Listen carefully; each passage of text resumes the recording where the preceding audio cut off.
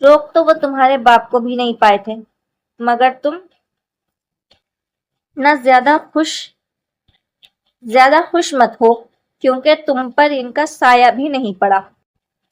وہ خود کو باپ سے تشبیہ دیے جانے پر خوش ہو رہا تھا۔ ان کی آخری بات پر اس نے منہ بنایا۔ دیکھ لیجیے گا، ان سے کم بھی نہیں ہوں گا۔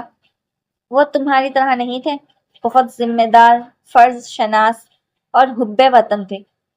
کمبل تہ کرتے ہوئے انہوں نے کہا، تمہیں تل ملا اٹھا۔ یعنی آپ کہنا چاہتی ہیں کہ میں انتہائی غیر ذمہ دار، کوتاہ اور خدا نخواستہ غدار وطن؟ تمہارے ان سارے ڈائیلاگ میں صرف غیر ذمہ دار سے متفق ہوں، باقی تو ابھی تم نے عملی زندگی میں قدم ہی نہیں رکھا، پھر اسے بھی دیکھ لیں گے۔ اس کی نسبت وہ بڑے تحمل سے بولی تو وہ پاؤں پٹکتا باتھ روم میں چلا گیا۔ ان کے ہونٹوں پر ہلکی سی مسکراہٹ پھیل گئی۔ پھر وہ اس کے کمرے میں پچھلی پھیلی چیزیں سمیٹنے لگیں جو اس کی ذات ہی کی طرح بے ترتیبی سے پڑی تھی۔ رات کو کھانے کی میز پر بابا بے چینی سے اس کا انتظار کر رہے تھے، مگر وہ پتہ نہیں کہاں رہ گیا تھا۔ بابا آپ شروع کریں، وہ نکما اپنے دوستوں میں بیٹھ ہوگا، آج آنے دیں اسے، بھوکا ہی رہے گا۔ انہیں بھی محتشم کی بے قاعدگی سے چڑ تھی۔ بابا مسکرا دیے۔ یہ لڑکا بھی اتنا ہی تنگ کرتا ہے جتنا کہ اس کا باپ کرتا تھا۔ نہیں بابا، ارقم کی بات اور تھی، وہ ایک کاز کے لیے ہمیں تنگ کرنے کا باعث بنتے تھے۔ یہ الگ بات ہے کہ اس وقت تک ہم ہی بے خبر تھے، اور پھر محتشم تو ان سب سے بالکل الگ ہے، انتہائی غیر ذمہ دار۔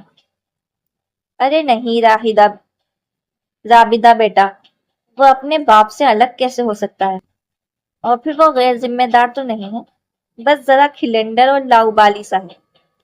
اس کی وجہ یہ ہے کہ ابھی تک اس پر کوئی ذمہ داری نہیں پڑی، ورنہ خون تو وہی ہے اس کی رگوں میں، ایک شہید باپ کا، جس نے ایک نیک مقصد کے لیے جان دے دی۔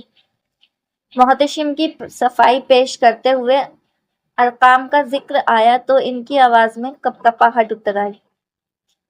رابدہ نے بھیگی آنکھوں سے انہیں دیکھا۔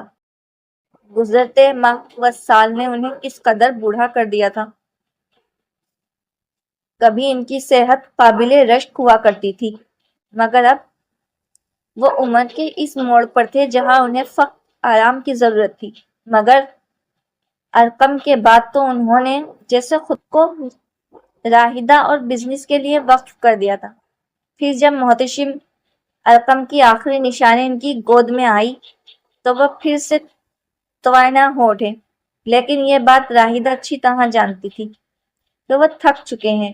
اس لیے جب محتشم نے ان کی خواہش کے برعکس پولیس فورس جوائن کی تو سب سے زیادہ راہدہ ہی اس سے خفا ہوئی تھی۔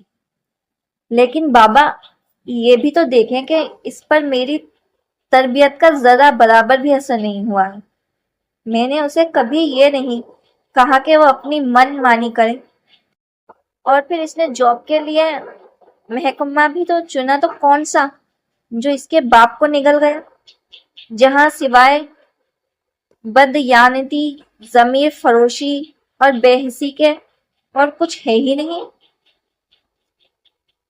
انہیں اپنی برسوں کی ریاضت کے ارکات جانے کا خیال رلانے لگا۔ بابا جان نے ان کے سر پر ہاتھ رکھا تھا۔ اتنی بے اعتباری ٹھیک نہیں ہوتی بیٹا، کوئی بھی پروفیشن برا نہیں ہوتا۔ ہاں، لوگ ضرور برے ہوتے ہیں، اور یہ ہماری کوتاہی بنتی ہے کہ ہم اس پروفیشن کو برا کہنے لگتے ہیں۔ انہوں نے ہمیشہ کی طرح کھلے دل سے محتشم کی حمایت کی تھی، ساتھ ہی انہیں سمجھا بھی۔ لیکن میں یہ نہیں چاہتی تھی بابا جان، انہوں نے ہتھیلیوں سے آنسو رگڑتے ہوئے ناراضگی سے بھرے لہجے میں کہا۔ میں تو یہ چاہتی تھی کہ وہ کوئی بہت اچھا کام کرے جس سے لوگ اسے اس کے باپ سے تشبیہ دیں۔ تو تمہارا کیا خیال ہے کہ اب وہ کوئی بہت برا کام کرنے جا رہا ہے؟ انہوں نے حیرت سے پوچھا تھا۔ بابا، آپ جانتے ہیں کہ مجھے اس پروفیشن سے نفرت ہے جس نے مجھ سے میرا سب کچھ چھین لیا، میری زندگی اجاڑ دی۔ ایک بے گناہ انسان کو اس کی سچائی اور جب حب وطنی کی سزا دی، وہ بامشکل اپنے آنسو ضبط کر رہی تھی۔ ان کا دکھ بھی تازہ ہونے لگا۔ بھری جوانی میں جوش اور امنگوں سے بھرا دل لیے ان کا بیٹا انہیں چھوڑ گیا تھا۔ اس کی موت پر اخبار نے بہت کچھ لکھا تھا، صفحوں نے اور تمام اخبارات کے مالکان نے ایک ہنگامہ برپا کر دیا تھا، مگر ہوا کیا؟ کچھ بھی نہیں۔ پولیس نے چند دنوں تک تنبدہی سے ان گمنام مجرموں کو تلاش کیا جنہوں نے ارقام نوازی کو پولیس اسٹیشن کے سامنے گولیوں سے چھلنی کر دیا تھا۔ پھر چند مہینوں کے بعد یہ فائل بھی دوسری فائلوں کے نیچے دب کے رہ گئی، ویسے ہی جیسے ارقام نیازی ساری حسرتیں اور ارمان لیے منو مٹی تلے دب گیا تھا۔ اور اب محتشم نیازی تھا، بے حد پرجوش مگر اپنے باپ سے بالکل جدا۔ وہ مشرق تو یہ مغرب۔